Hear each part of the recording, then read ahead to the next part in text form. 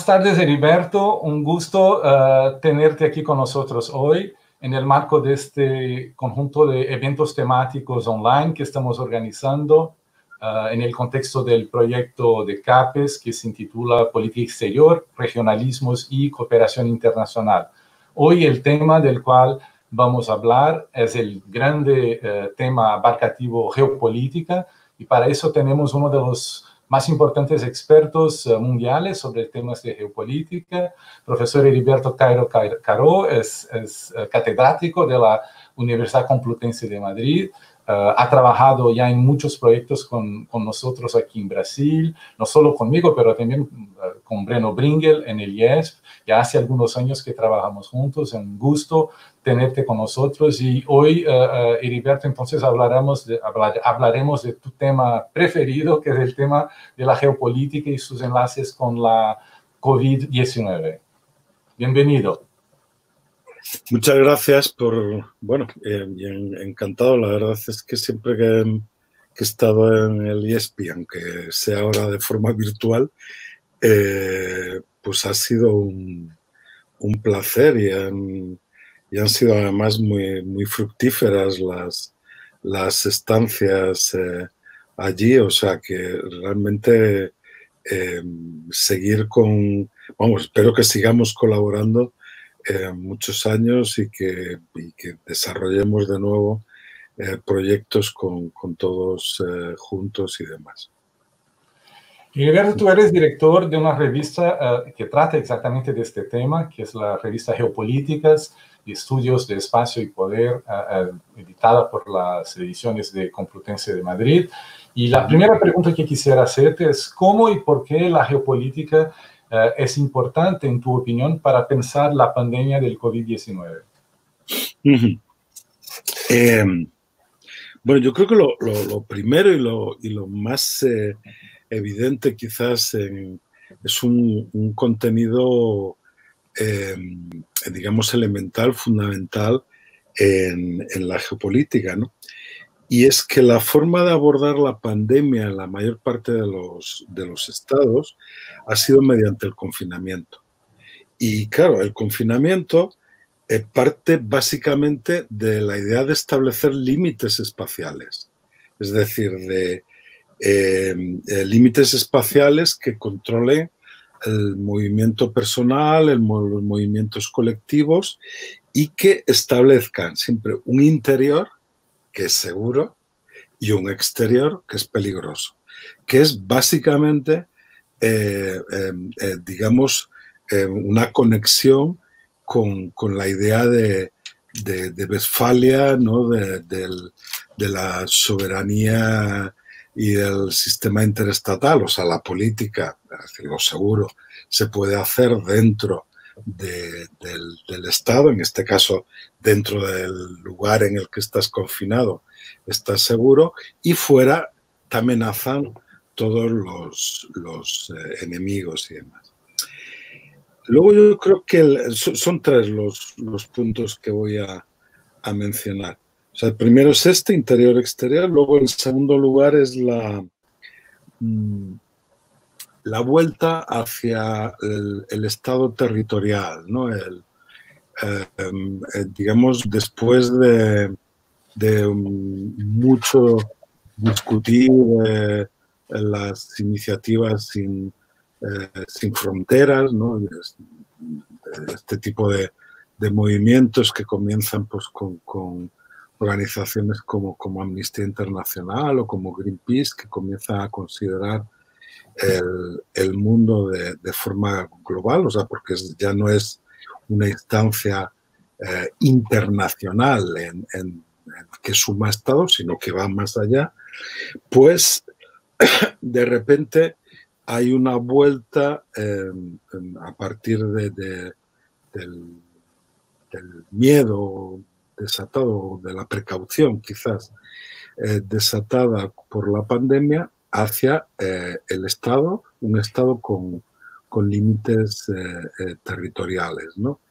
En ese sentido,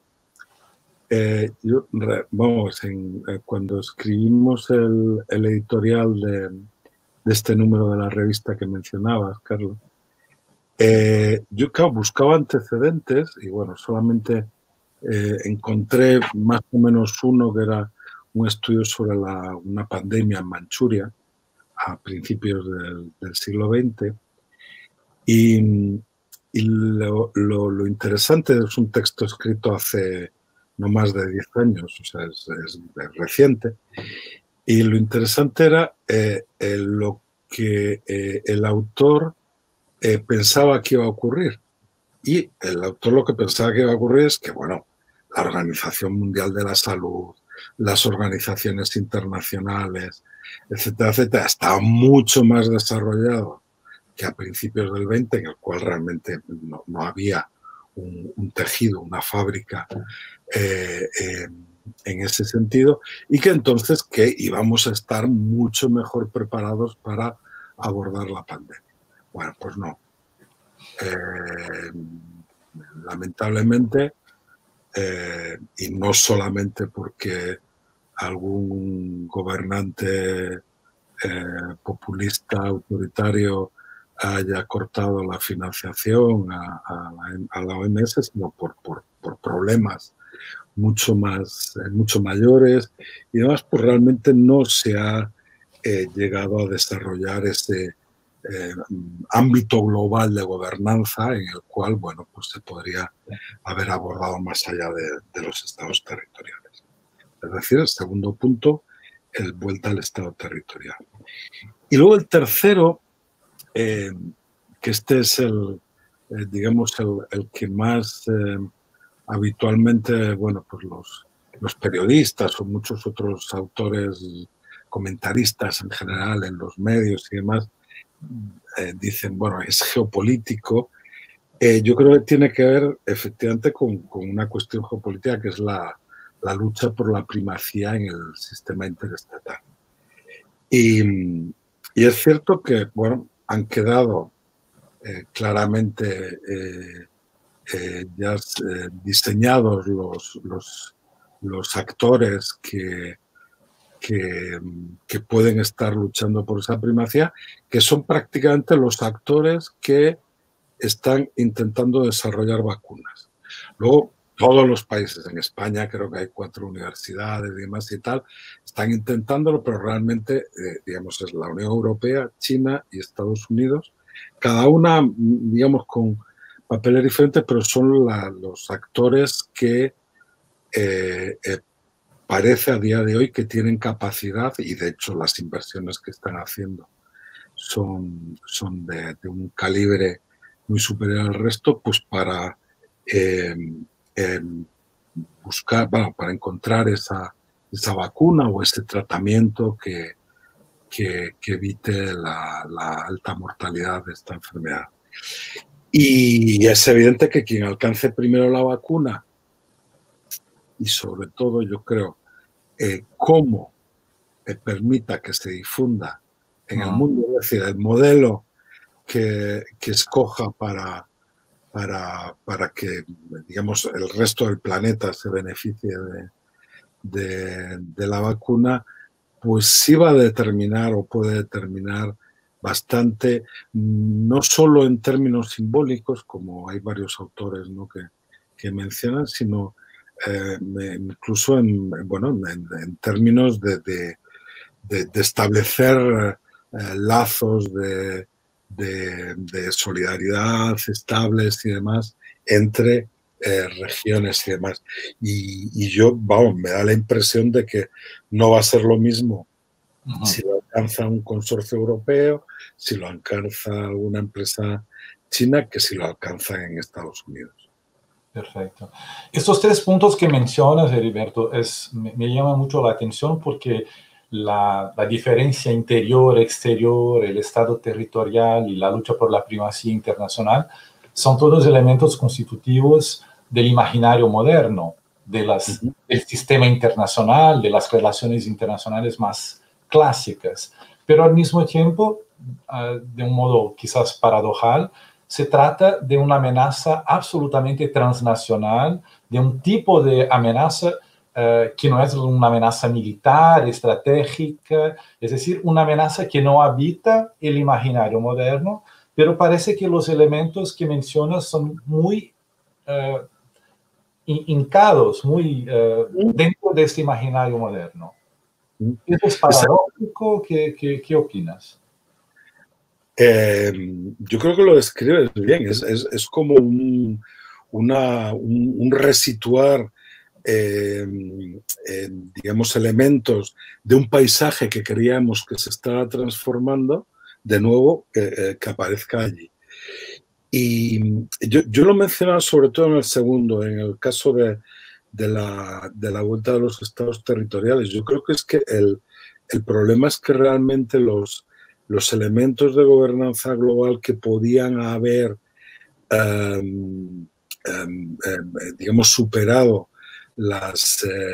los límites de los estados territoriales, y en los cuales el autor de este libro sobre la pandemia en Manchuria tenía grandes esperanzas, pues realmente se han visto que no se han desarrollado, que digamos, esa diferenciación entre interior y exterior nos ha pasado. Hemos vuelto a los sistemas ya no del siglo XVI de control de las, digamos, yo qué sé, del cólera o de las otras pandemias, sino los del siglo XII de la peste. O sea, es decir, lo único que se nos ha ocurrido es, digamos, como volver a esos momentos iniciales. Entonces, a ver, yo creo que puede entenderse como paradójico, pero también puede ser un cierto, puede significar un cierto respaldo para todos aquellos que seguían insistiendo en que el Estado no había desaparecido y que, al revés, todos los que podían o podíamos soñar en una superación del Estado, pues bien, queda mucho camino por hacer en ese sentido. Y que todavía peor, que el camino que pueda significar la superación del Estado puede no ser el que se había soñado. O sea, volver a, por ejemplo, esto que algunos apuntan, ¿no?, de rasgos neofeudales en el mundo, en la estructura de poder mundial, pues hombre, no es la mejor de las noticias, ¿no? O sea, es, por más que uno pueda romantizar la época feudal y demás, pues bueno, las conquistas modernas de la ciudadanía y de la democracia y demás, pues que se vean amenazadas por estas estos nuevos viejos modelos que vuelven, pues es realmente terrible. Entonces, por eso diría yo que aparte de, o sea, que es paradójico, efectivamente, que años en el cual, yo siempre lo decía, ya solo faltaba un cuerpo de aduaneros, perdón, sin fronteras, ¿no?, porque ya teníamos de todo, la panoplia y demás, pues que de repente la frontera sea algo que prácticamente se añore, ¿no?, para ponerla. Es una anécdota, pero el 13 de marzo, creo, que estaba en Argentina. Entonces yo iba a estar por 15 días, íbamos a dar un curso, colegas de la Complutense y de la Universidad de Buenos Aires. Y bueno, ya primero cuando llegamos el sábado nos dicen, no, el curso está suspendido porque pueden contagiarnos el virus, el SARS, la COVID. Bueno, la verdad, cuando había salido de Madrid, sí parecía que había complicaciones, pero no era todavía el punto y demás. Y eso fue el domingo. Y el jueves, Alberto Fernández anunció que se cancelaba vuelos de entrada y salida a Argentina. O sea, es decir, o salíamos en el fin de semana o nos quedábamos en Argentina. Bueno, era una opción. Pero, digamos, la anécdota no es esa. La anécdota es cómo algunos de los colegas que estaban allí se volvieron prácticamente locos. O sea, decían, hay que conseguir billete como sea para volar, volver a casa. Claro, hombre, sí, uno entiende, ¿no? Que estás cómodo en casa, tienes tus cosas y demás, pero era realmente un sentido de pánico, o sea, de miedo a morir en un hotel extraño, demás y tal. Bueno, pues eso yo creo además, de Madrid a Buenos Aires, en donde, bueno, hay muchas semejanzas de muchas cosas. No era de Madrid a Shanghai o a Tokio o algo así. Claro, o en Bombay, no sé, pues sí, imagino que uno se puede sentir mal y el sentido del peligro que hemos desarrollado culturalmente, ¿no? Y entonces que, bueno, pues nos hace pensar que las calles oscuras con gente de colores que no sean blancos y demás y tal, se convierten en lugares peligrosos, ¿no? Que están construidos, pero efectivamente Buenos Aires no es el lugar donde uno prototípicamente pueda pensar en esto. Pero otro punto que me llama la atención en tu comentario, Heriberto, es justamente la experiencia de Unión Europea considerada desde acá, desde Río de Janeiro, desde Brasil, porque una vez más, una de las comunidades políticas que más había avanzado en la dirección de superación del Estado es la Unión Europea. Pero ¿cómo evalúas tú las respuestas que Unión Europea y los Estados europeos han dado a los momentos de pánico con respecto a la COVID-19? Bueno, a ver, yo creo que aquí primero habría que diferenciar, y esto es importante, yo creo que remarcarlo, que la respuesta ha sido bastante diferente, al menos desde la institucionalidad de la Unión Europea, a cuando estalla la crisis en el 2008, 2010, la crisis económica, sobre todo de la banca y demás y tal. En aquel momento, digamos, la reacción fue bueno, tenemos que reducir gastos, tenemos que impedir que quiebre el sistema financiero y, por lo tanto, la política de austeridad es lo único que nos queda.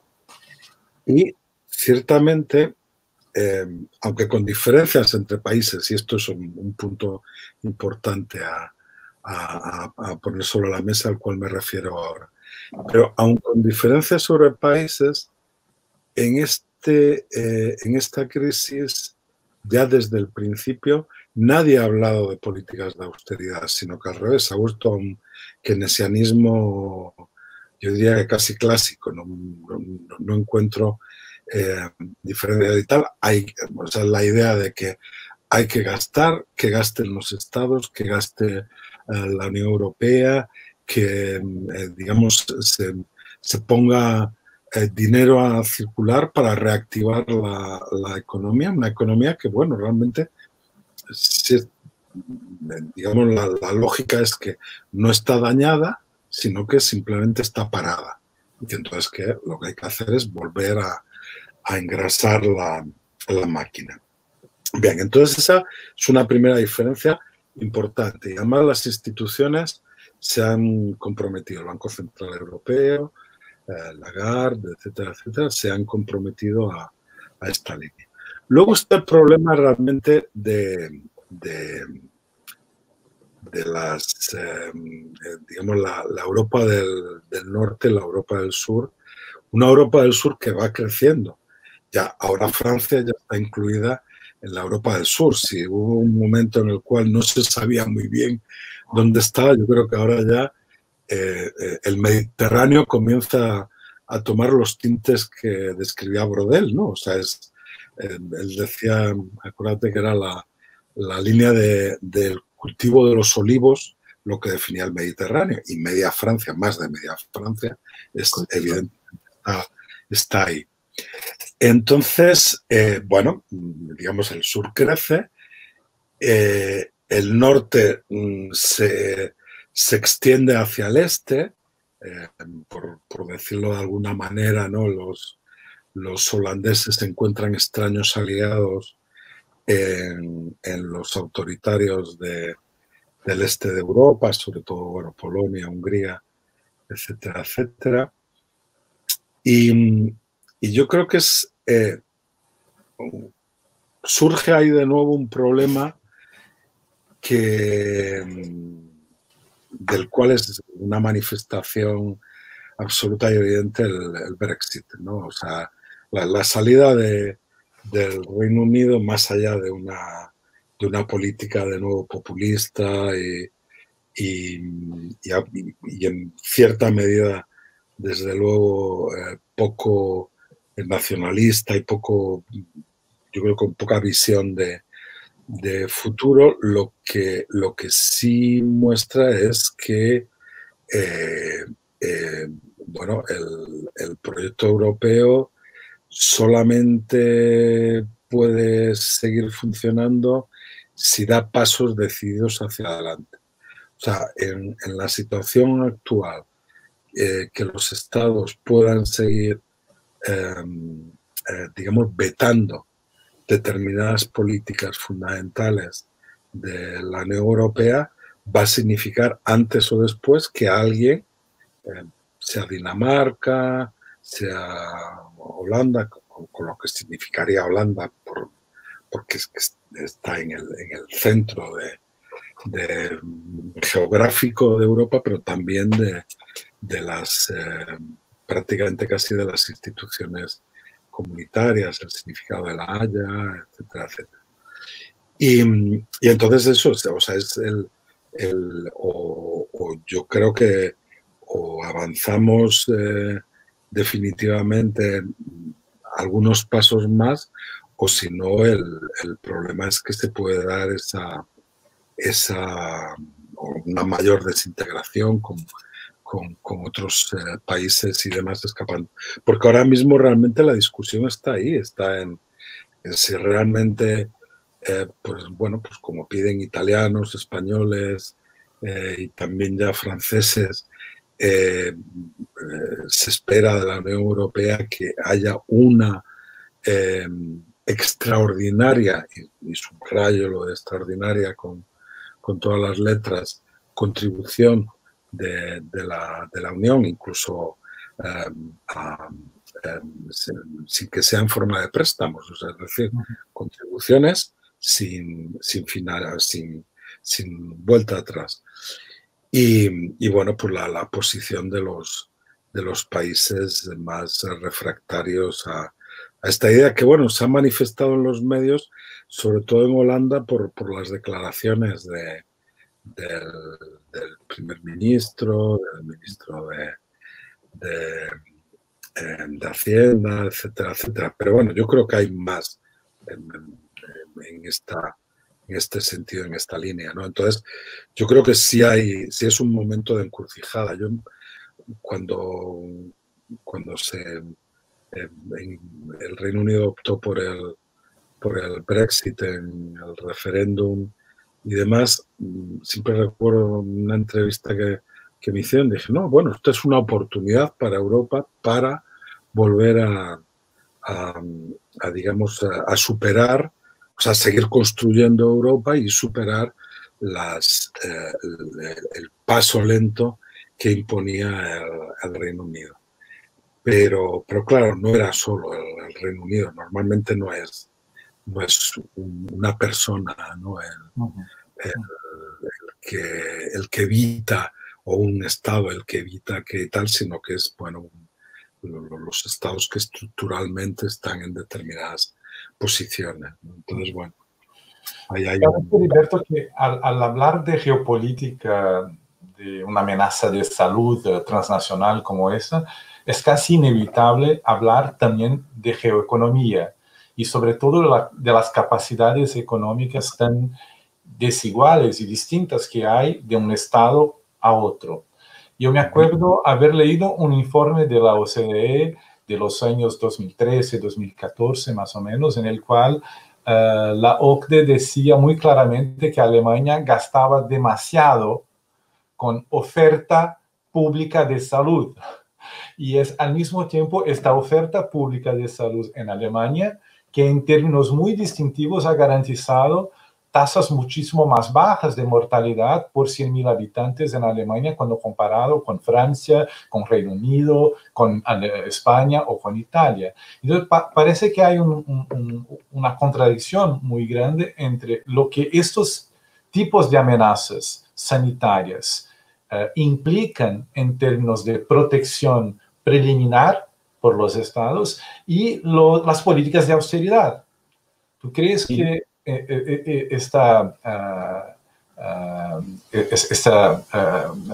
este modo de raciocinar, este raciocinio, puede implicar una crisis profunda para la continuación del neoliberalismo y de las políticas de austeridad, o es algo muy coyuntural desde tu perspectiva?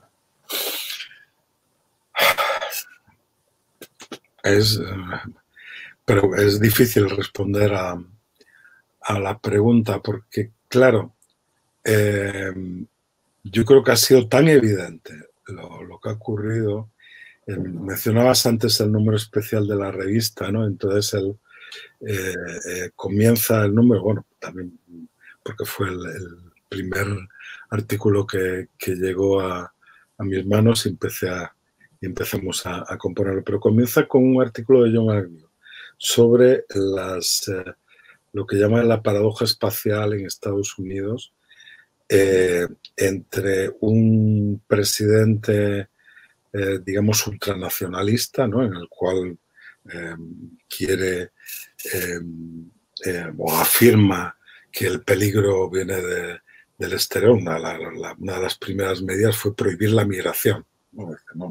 Vamos a resolver esto prohibiendo la migración. Entonces, la paradoja de cómo ese presidente a la vez, bueno, había estado desmontando la red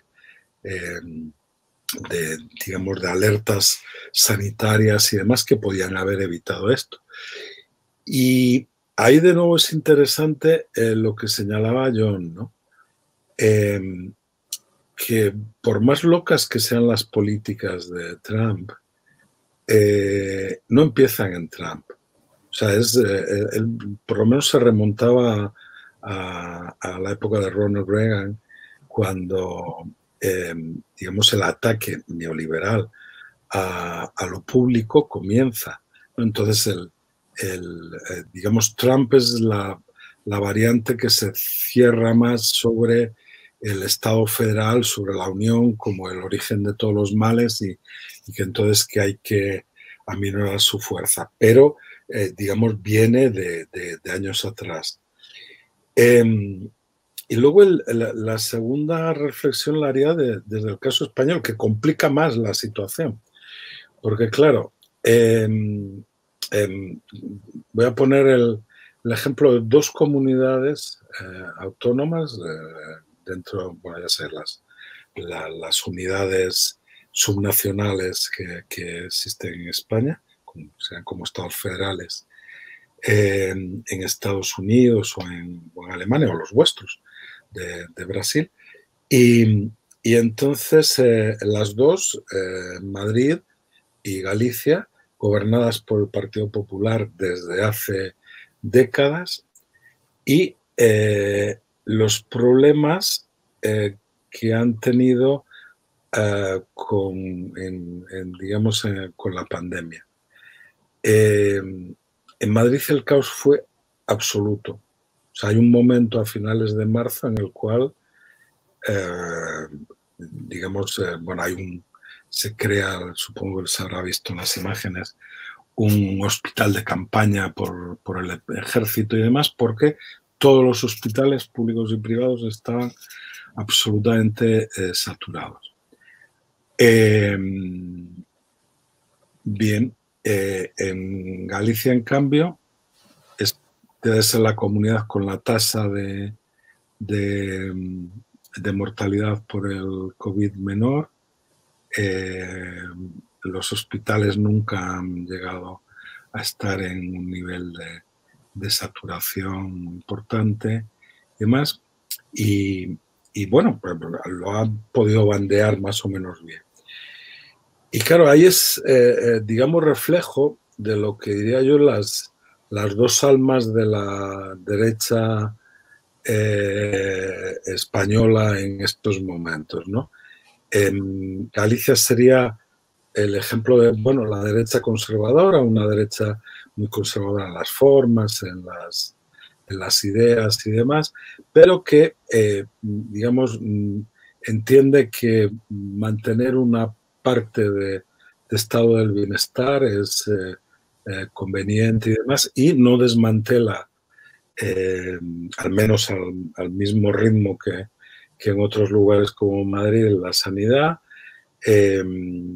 Las tasas, por ejemplo, en educación, las tasas universitarias en Galicia son las más bajas de España, que uno podría decir, oh, no es en una comunidad del PSOE, bueno, pues no es, en una, pero es, digamos, un alma, mientras que en Madrid, digamos, es aunque formalmente gobierna el PP también, ya lo hace ahora en coalición con Vox, y digamos es el alma de la nueva derecha populista europea, en la cual todo lo público es malo, somos todos una amenaza para el sistema, porque es bueno, el vicepresidente segundo del gobierno, Pablo Iglesias, en un enfrentamiento parlamentario que tiene con ellos, les dice, ustedes ni siquiera son fascistas, porque no tienen sentido de lo colectivo. Los fascistas tenían un sentido colectivo perverso, pero era un sentido colectivo.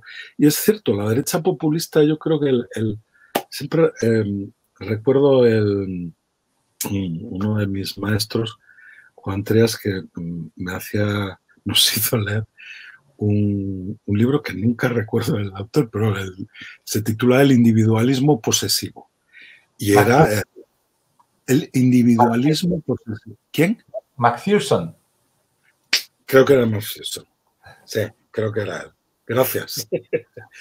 ¿Y qué mostraba y demás y tal? Bueno, pues cómo digamos, la ideología burguesa en términos de lo que él definía, pasaba básicamente por eso. O sea, yo soy alguien porque soy propietario y soy un individuo y no quiero tener nada que ver con lo colectivo. Y yo creo que ese es uno de los elementos, de los rasgos terribles de la nueva derecha populista. Y es, digamos, porque claro, lo fácil es denominar, dicen, no, son fascistas, son no sé qué. No, es una amenaza mucho más terrible porque conecta con todo el imaginario, digamos, de que, bueno, el esfuerzo individual te va a permitir llegar a las cosas, lo individual es siempre mejor que lo colectivo, si yo tengo un seguro médico individual me va a atender bien, no como a ti el hospital de la sanidad pública y demás. Y eso además mezclado con un autoritarismo cada vez mayor, sobre todo un desprecio absoluto por la democracia, por entender, cosa que la vieja derecha conservadora yo creo que no lo tenía. O sea, yo creo que, bueno... creo que es una pista de reflexión interesante, Heriberto, esta de poner al lado de los autoritarismos populistas, como llamas tú, como llaman otros también. Me acuerdo el último libro de Pierre-Rosan Vallon, Los populismos en el siglo XX y XXI, que publicó en enero ahorita. Y el ultraliberalismo, la valoración extremada de la libertad individual. Es que es una negación absurda de todo lo que es colectivo. Creo que es una pieza interesante porque hay muchos fenómenos que son colectivos y todos estos fenómenos son objeto de negacionismo o de escepticismo, como las cuestiones de salud, las cuestiones de cambios climáticos, etcétera, etcétera. Eso es una pista interesante para profundizar. Yo quisiera volver... Porque hay una colusión, porque hay una colusión clarísima de las dos. Y Trump es, yo creo que el ejemplo, claro, Bolsonaro por su pasado quizás no sea un ejemplo, pero Trump es claramente el magnate que llega a la política y demás y tal. Entonces, bueno, pues es populista, pero a la vez ultraliberal. Perdón. Exacto. Yo quisiera volver a la cuestión de la revista y del número especial que has coordinado, has sido uno de los coordinadores. ¿Qué otras contribuciones la revista en este número especial sobre la geopolítica o las geopolíticas de la COVID-19 trae para el debate, desde tu perspectiva?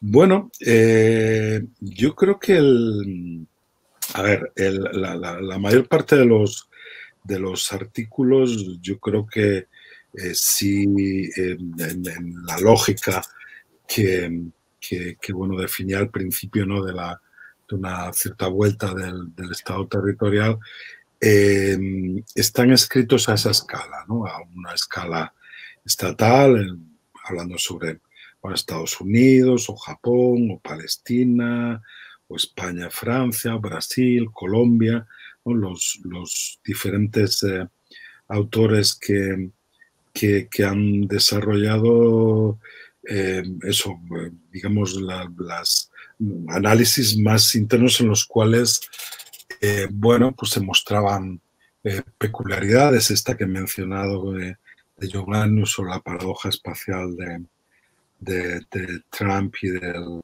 nacionalismo populista.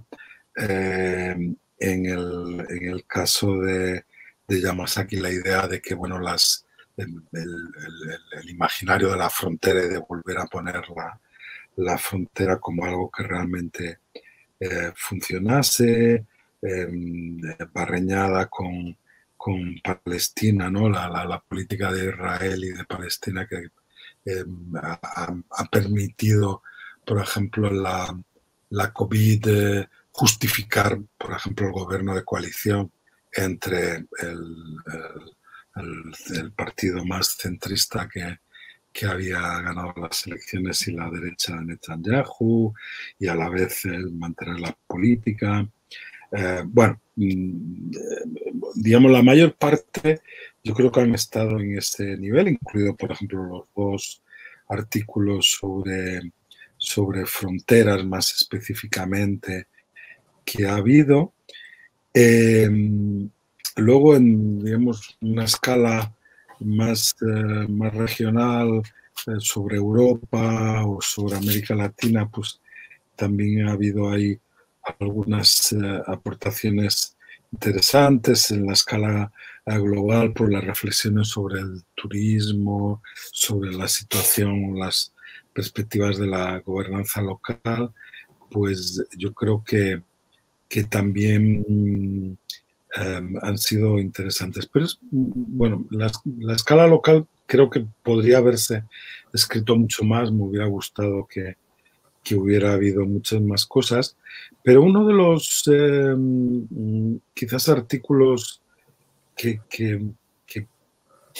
ponen más cosas sobre la mesa, digamos, en diferentes escalas, es uno que hay sobre los cuidados domésticos, los cuidados en la unidad doméstica, de Manuel Espinel. Los que estén familiarizados con el análisis de sistemas mundo recordarán que, bueno, mantiene Wallerstein y luego Peter Taylor, que los aplica en geografía política, mantiene tres escalas fundamentales, ¿no? La de la mundial, la global del mercado, la de los estados y la de la localidad y demás. Pero no deja de mencionar nunca que, digamos, uno de los grupos constitutivos digamos, de toda esa fábrica son las unidades domésticas, que además lo denomina unidades domésticas y no familias, porque a lo que se refiere es fundamentalmente a, digamos, vínculos, o sea, personas vinculadas por, digamos, compartir más o menos el resultado de ingresos económicos de sus trabajos y más o menos un techo o unos lugares comunes de habitación. Por eso no es estrictamente o no es el sentido de una familia. Bueno, entonces lo que menciona es una cuestión que claro, que nos pone todo en danza, ¿no? La crisis de los cuidados en el norte. O sea, uno de los dramas que ha habido en los países, bueno, en España clarísimamente, pero en los países europeos es las muertes de los ancianos en las residencias. Muertes, personas abandonadas, en muchos casos el personal de las residencias ha sido heroico, se ha quedado allí, se ha cerrado con ellos, pero en otros casos han huido. El desprecio de esta derecha populista radical que dicta unas instrucciones, pretendidamente por un comité sanitario, en la cual, por encima de, creo que eran 75 o 80 años, no recuerdo, pero pone un límite de edad, que no son admitidos en los hospitales, que los dejen en las residencias y que esperen a que mueran. O sea, es así de crudo. Ya hay ahora una denuncia de, creo que cerca de 1000 familiares, ¿no? Que contra la presidenta de la comunidad autónoma. Y bueno, pues están recabando pruebas porque cada día sale en los periódicos una nueva información, porque claro, fue la cosa, bueno, se mezclaron todos los males habidos y por haber. Pero bueno, esto, ¿por qué ocurre? Porque, digamos, desde, o sea, el modelo de unidad doméstica en Europa, pues desde el siglo XIX hasta hace 30 años quizás, era un modelo en el cual estaban los sirvientes por un lado y por otro lado las mujeres de la familia que atendían a los mayores. Entonces, bueno, formaba parte, ellas, digamos, no trabajaban, pero a cambio de no trabajar, ocurre esto. Bien, la incorporación de la mujer, obvia, necesaria, fundamental al mercado de trabajo, la igualación de roles, de papeles y demás, hace que, digamos, el cuidado de los mayores entre en una situación comprometida, porque o una de dos, o vuelves, o digamos, aumentas el número de sirvientes que puedas tener, y aquí entra claramente la migración internacional de mujeres, en el caso español especialmente desde América Latina, para atender a ancianos y ancianas que están solos y entonces lo tienen que tener. O el negocio, porque podían haber sido residencias públicas, ¿no? Como los hospitales, pero en la mayor parte de los casos, incluso las públicas las han privatizado en estos últimos años. Entonces, o el negocio a, digamos, una escala mayor para los más pobres que no pueden permitirse bueno, pues pagar a, no sé, alguien con un grado, una enfermedad como Alzheimer, además con deterioro grande, necesita por lo menos 3 cuidadoras. Y bueno, pues evidentemente hay que tener dinero para hacerlo. Entonces, digamos, entran en escena las residencias. Y claro, lejos de ser entendidas como, bueno, pues una extensión, si quieres, en el tiempo, primero nos cuidan en la escuela pública, luego en los hospitales públicos y luego en las residencias públicas, pues al revés, vamos a privatizar las escuelas, privatizamos la sanidad y también ahora privatizamos las residencias. Y entonces se convierten en ¿cómo es? Un nuevo nicho de mercado que además son los grandes fondos de inversión internacional los que están invirtiendo en eso. Pero dicen, no, esto es un negocio que nunca se va a acabar. Va a haber cada vez más viejos que van a durar más y entonces, bueno, hagamos un gran negocio con esto. Ese es, yo creo que un artículo que pone sobre la mesa realmente todas las dimensiones de la crisis de la COVID, ¿no? Que van desde la unidad doméstica hasta, por supuesto, sin duda, la primacía, la lucha por la primacía en el sistema interestatal, ¿no? Y en eso sí. Perdón. Y en eso de la unidad doméstica creo que hay una diferencia muy visible del modo como en Europa o en América Latina o en Asia los países han integrado la dimensión del cuidado como una dimensión política, social y económica importante. Parece que en comparación con el Occidente, el Oriente, aunque por supuesto que debe haber números no conocidos, no plenamente conocidos de China, pero si tomamos, bueno, si inflacionamos a 3 veces los números de China, el caso de Corea del Sur, el caso de Japón, de los países del sudeste asiático, incluso en el caso indio, hasta ahora, parece que Asia se ha salido muchísimo mejor en términos de cuidado de la seguridad de sus poblaciones que los países centrales más desarrollados. Sí, ¿A qué factores podríamos atribuir eso? A ver, lo más fácil, sobre todo en el caso de China, sería decir, bueno, es que claro, como es un Estado autoritario digamos, centralista, puede ordenar cosas que no funcionarían en un Estado democrático. Yo creo que esa es una aproximación superficial y es una aproximación muy de gran titular periodístico o de comentarista que bueno, no tiene otra cosa que opinar y lo plantea.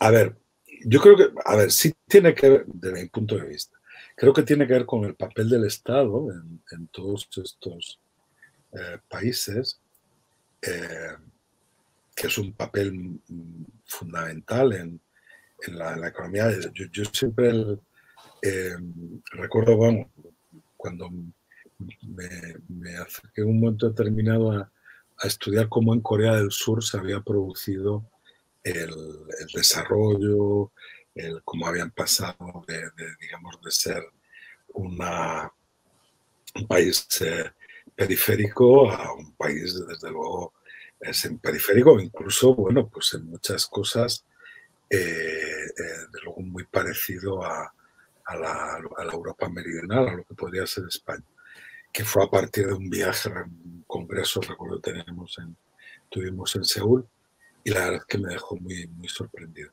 Y entonces indagaba y demás, y claro, el papel del Estado en toda la modernización, en todo el punto de desarrollo es fundamental, igual que lo ha sido en China, igual que lo ha sido en Japón antes. O sea, es decir, hay un modelo en el cual yo creo que, digamos,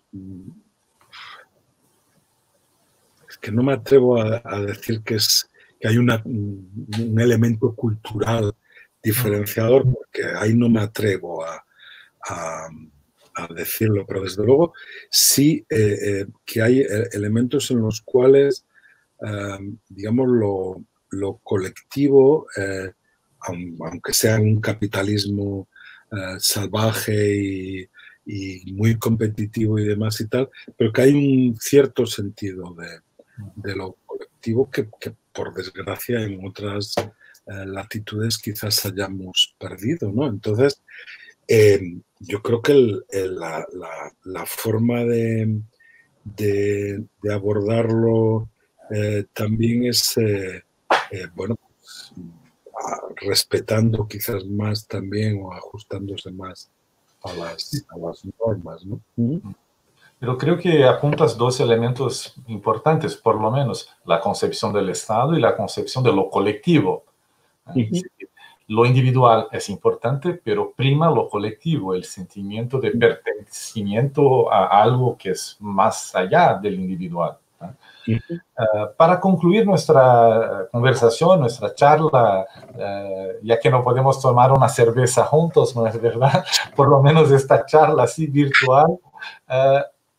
Tú has demostrado en las respuestas, en las indicaciones, que, bueno, hay modos clásicos de la geopolítica, de pensar el sistema internacional, pero hay otras geopolíticas, otras formas de concepción de la geopolítica para pensar las relaciones de poder en el sistema internacional. ¿Puedes hablarme, para concluir, un poco de cuántas geopolíticas hay para pensar un poco estas relaciones de poder, que es un poco el objetivo mayor de la revista que diriges también, de ilustrar la diversidad de las escuelas geopolíticas? Bueno, a ver, yo creo que una pregunta que nos hacemos cada vez más gente, y cada vez yo creo que se va complicando más el responderla, en el sentido de que, bueno, pues cada vez van, digamos, surgiendo matices, giros, digamos, el giro crítico, el giro descolonial, el giro, o sea, hay toda una serie de elementos que van cambiando también mucho, ¿no? Pero bueno, a ver, yo diría que sigue habiendo una geopolítica, vamos a calificarla de tradicional, en el sentido de que parte de la idea de que,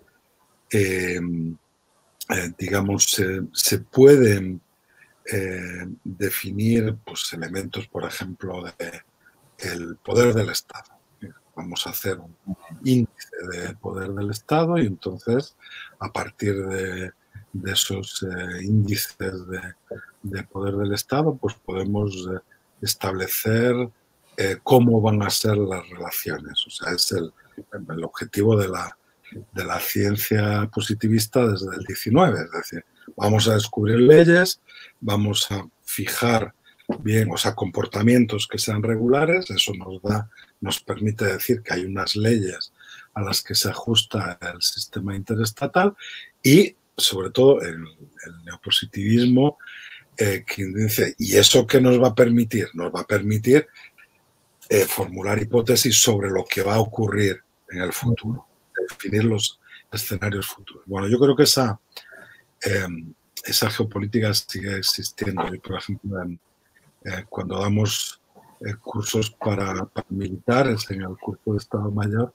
es la que me demanda. Dice, no, pero no nos cuente usted cómo se ha ido construyendo la forma de ver el mundo y tal. Dice, nosotros lo que necesitamos como militares es saber si China es un peligro o no es un peligro.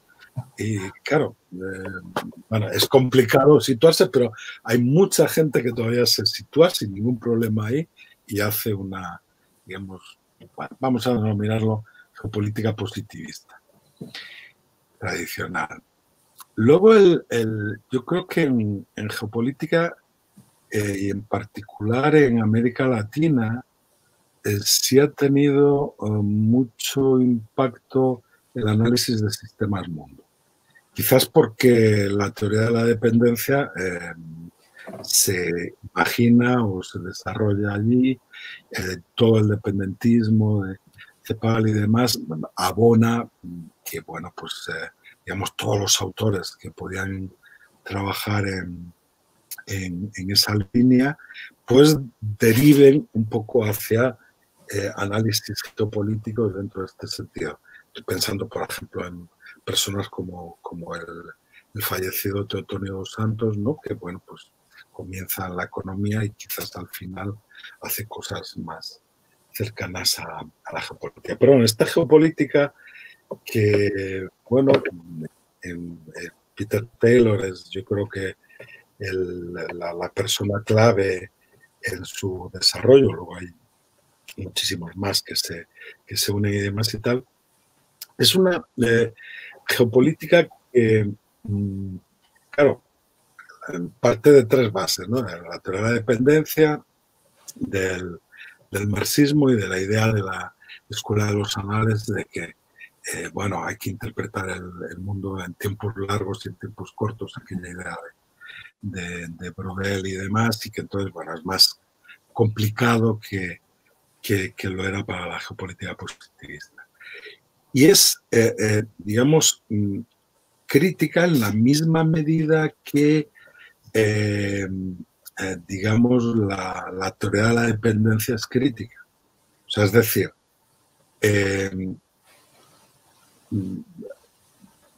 intenta desnudar determinadas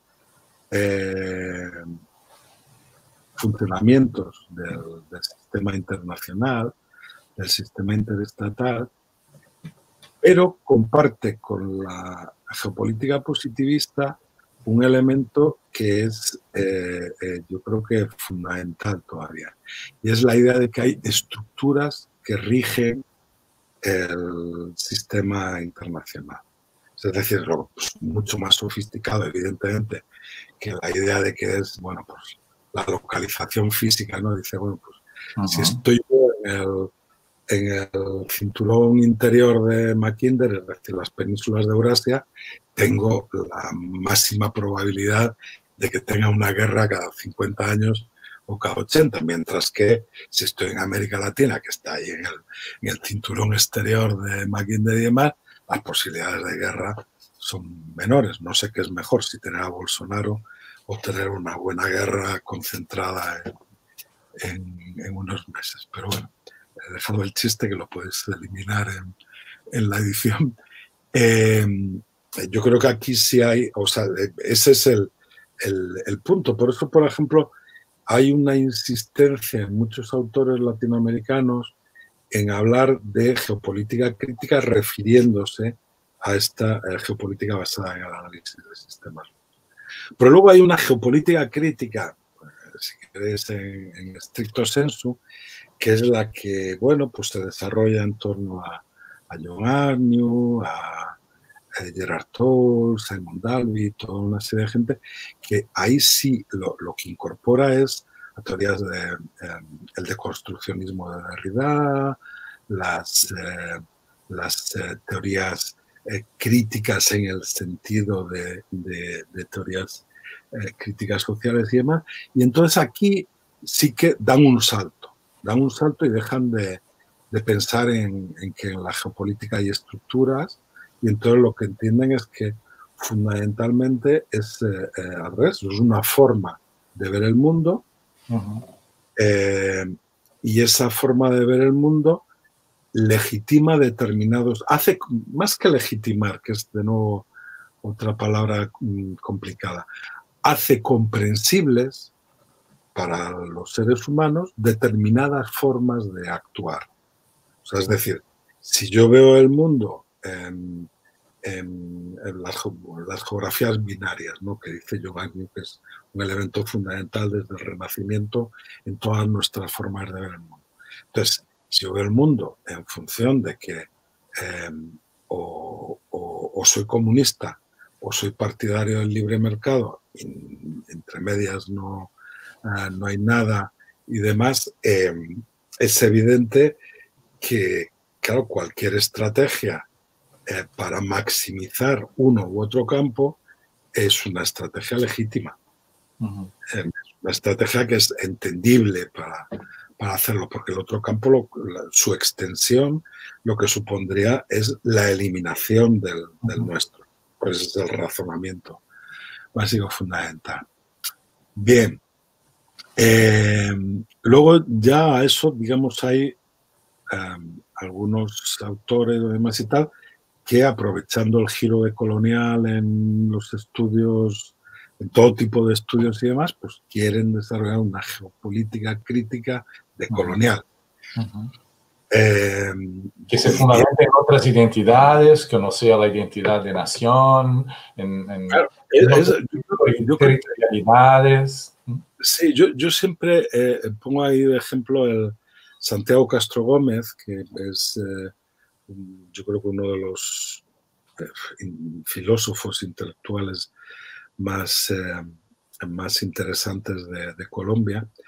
Y él, cuando hace la crítica de Negri, del libro Imperio de Negri, entonces alude al capítulo que no escribe Negri sobre la realidad decolonial del mundo.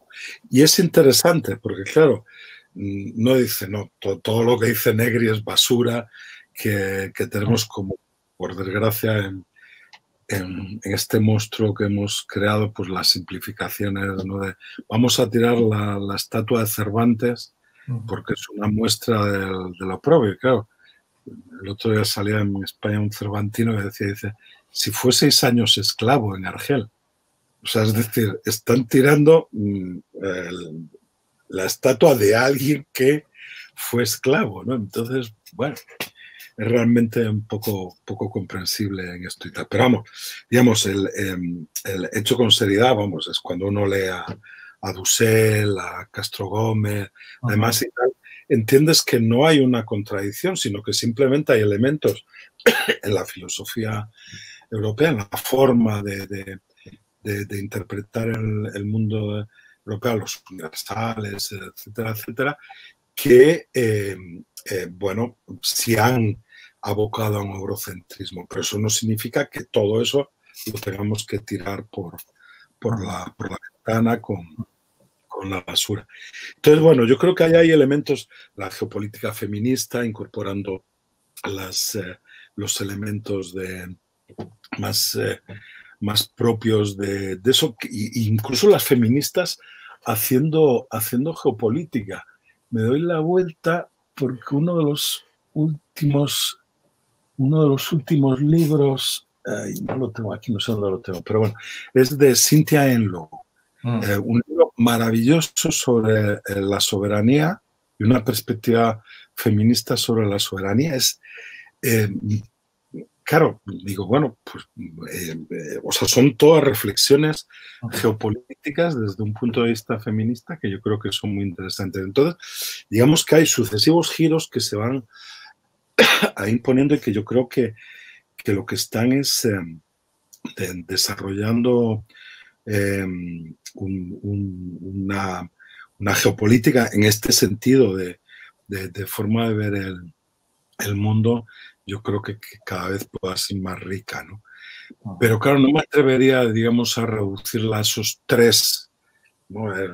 Geopolítica positivista, geopolítica, digamos, marxista, análisis de sistemas mundo y geopolítica postestructuralística, que sería un poco lo más fácil, ¿no? De etiquetar hay cada uno. Hay elementos que pasan de uno a otro y tal. Y, hombre, yo no me atrevo, en muchas de mis explicaciones aplico el análisis de sistemas mundo, entonces no me atrevo a decir que no es crítico.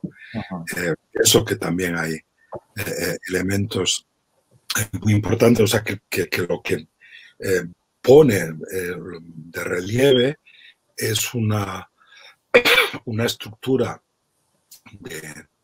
de poder a nivel internacional en el cual, pues efectivamente el mercado tiene mucho que ver y precisamente quizás la habilidad del mercado para sustraerse a, digamos, no exponerse a la vista del público más general. Pero bueno, yo diría que esos tres andanzas van por ahí, y en América Latina yo creo que sobre todo las dos primeras, con cada vez más incursiones de la tercera y más gente que está trabajando en esta línea de geopolítica como forma de ver el mundo, pero las dos primeras yo creo que sí están relativamente asentadas y bueno, muestran, siempre Leslie Heppel, que es una geógrafa política británica que estudiaba América del Sur, no América Latina, pero el pensamiento geopolítico en América del Sur. Y entonces ella subrayaba una cosa que nos debería de dar mucho que pensar, y es que en un momento en el cual el pensamiento geopolítico en Europa y Estados Unidos estaba proscrito, al menos con ese nombre, se disfrazaba luego de estudios estratégicos o de otras cosas y tal, pero digamos, hacer geopolítica era algo que no era bien visto en la academia, ni en otros. En cambio, en países latinoamericanos, en Brasil clarísimamente, en Argentina, en Chile, en Perú, se desarrollaban escuelas poderosas, y yo creo que en algunos casos, sobre todo en Argentina y Brasil, se podrían entender que había elementos, digamos, por tratarlo desde el análisis de sistemas del mundo, semiperiféricos en ese tipo de doctrinas y de geopolíticas que se intentan desarrollar, ¿no? Bueno, lo cual no es descubrir nada tampoco, porque es evidente que la escuela de geopolítica alemana es clarísimamente el resultado de un país semiperiférico que se había convertido en central y estaba disputando la hegemonía. Bueno, entonces ya no está claro si era Inglaterra o no, pero con Estados Unidos, desde luego, clarísimamente. Entonces, su fórmula era muy diferente, era la de cerrar. Siempre en Estados Unidos las ideas de Mackinder se recibían bien porque hablaban de un mundo global en el cual, bueno, pues cerrábamos a un enemigo y tal, pero bueno. Y en cambio, claro, Alemania lo que tenía que pensar es un mundo dividido en grandes esferas, porque no podía optar o no imaginaba optar al dominio mundial. Entonces era aquello de las panregiones de Hofer y demás, ¿no? Que es interesante. Bueno, muchas gracias, Heriberto, por darnos una hora de tu tiempo para tener esta charla juntos. Las geopolíticas, hemos aprendido aquí hoy contigo, son múltiples, porque las relaciones de poder que se espacializan son múltiples, y los modos de espacialización de esas relaciones de poder son múltiples. Así que muchas gracias. Un gusto haber pasado este tiempo aquí contigo.